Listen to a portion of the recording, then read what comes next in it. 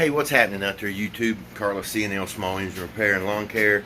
Hey, like I said, we was going to do a video on this Kohler to see if it had a blown head gasket, because that's what I thought it was. You heard that right, what I thought it was.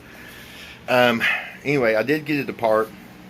I'm going to turn this camera around. I'm going to show you a few things about taking it apart, getting it off there, which is a total nightmare. I'm not going to exaggerate at all. It is. Took me 2 hours. That's why I didn't video it. Took me 2 hours just to get the head off, just to get all the brackets took off, everything pushed back. This thing's tough. For your regular homeowner out there, I don't know if I'd jump on this or not. I'll be honest with you guys. I mean, you could do it if you're pretty handy. You know, if you've been around some engines and stuff like that, you could probably do it, no problem. But I don't think I would just jump on that bandwagon all of a sudden to do this. It's a very expensive fix.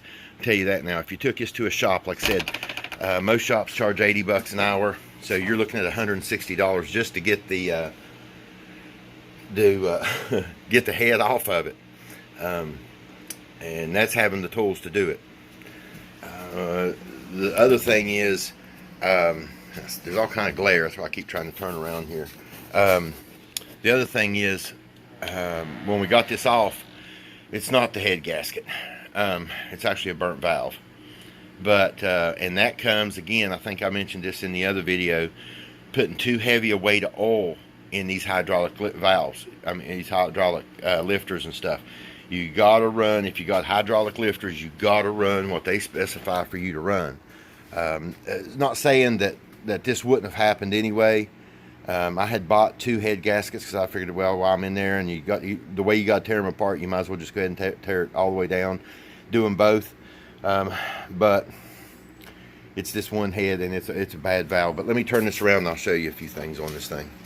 All right, guys. Now, if you see that side, see all these metal coverings on here, and we took a bunch off the front. You can see it's about stripped. I mean, it's stripped down in the front.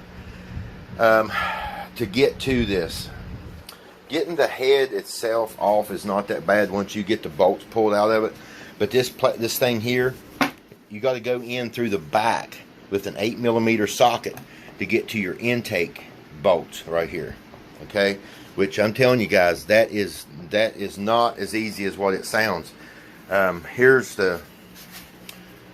I took the front cover off. You can see that sets right here on top of your intake. All these linkages. Luckily, I did not have to take the governor loose, so I don't have to readjust the governor and stuff like that on it.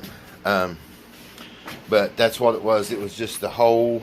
I got a call coming in. I don't know if y'all can see that or not. But anyway, they can call back. But all this in here, you had to take all this off to slide this back to get in here with an 8mm. If you can see this one right here, that one right there, you can't really get to the back of it with a socket because there's not room, so you have to take an 8mm wrench, and it's one turn at a time. I mean, guys, it's terrible. But you got to take all this off here. Don't mix up your push rods. If you see how I got my push rods sitting here, that's just the way they go back in the holes. Now, this was number 1 cylinder. See this valve here? Turned around. Alright. Let's see if I can get you in some good light here. If you notice how that one cylinder over there is nice and clean. See the valve at the top of the screen? It's clean. See this one on the bottom? That is a burnt valve. Now, I could do a valve job on this thing. It wouldn't be that hard to do. Pick that up before I lose it. But you can tell the difference in them valves right there really bad. Like I said, I thought that it would be really harder to do than, you know, I thought it was going to be a head gasket. But if you look here at the head gasket,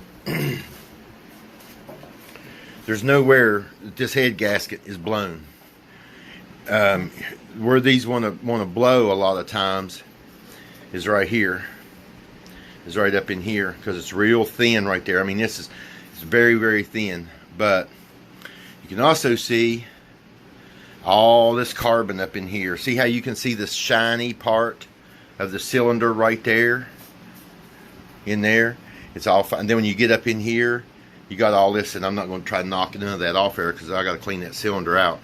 But yeah, you definitely don't want to leave. If you've got any junk like this, that build up and stuff like that around there, guys, you want to make sure that if you get any of that in there, that you know, clean that out. What I should have done was put this at top dead center before I'd done that, and it would have been a lot easier to clean off, and you wouldn't have had a chance of getting any of that down in the cylinder and marring the walls up.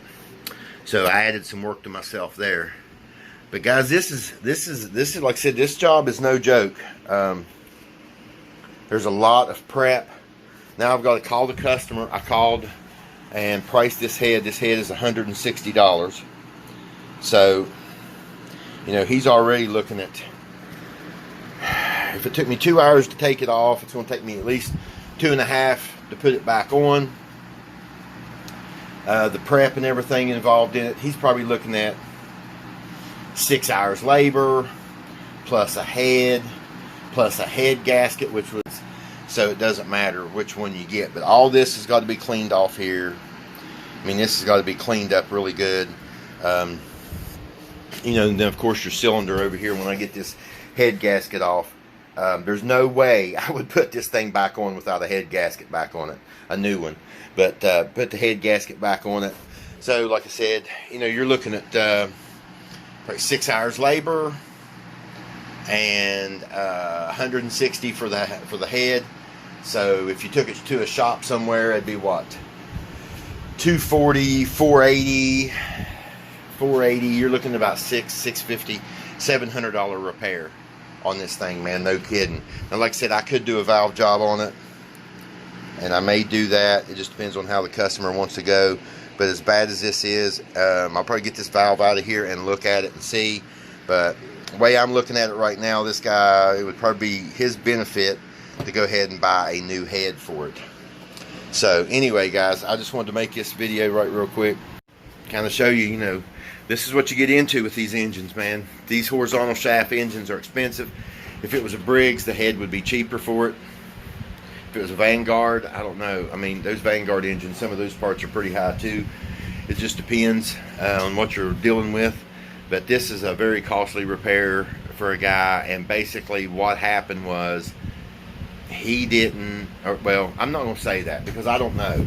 But 9 times out of 10, what happens with these things, guys, is that people, you know, they just dump some old 30 weight or something like that in it, man, and just let it roll.